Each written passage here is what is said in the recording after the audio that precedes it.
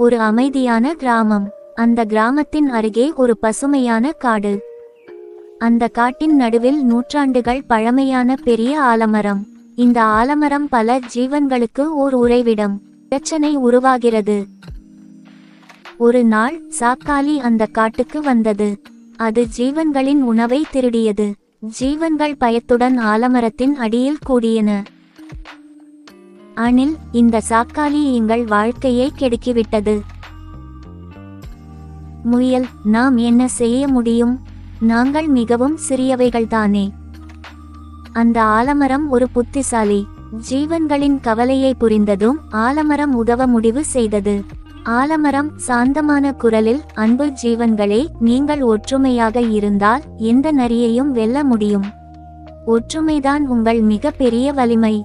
ஜீவன்கள் ஆலமரத்தின் அறிவுரையை ஏற்று சாக்காலியை அடிக்க ஒரு சிக்கலான திட்டத்தை உருவாக்கின.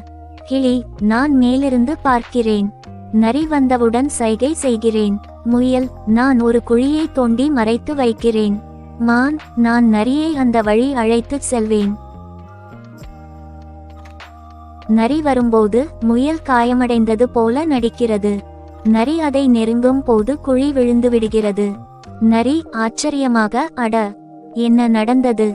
நான் இப்போது சிக்கிவிட்டேன். அணில், நாம் வெற்றி. நரிக்கு நல்ல பாடம் புகட்டியிருக்கிறோம். கற்றுக்கொண்ட பாடம். அந்த நாள் முதல் ஜீவன்கள் ஒற்றுமையின் வலிமையை புரிந்து கொண்டன.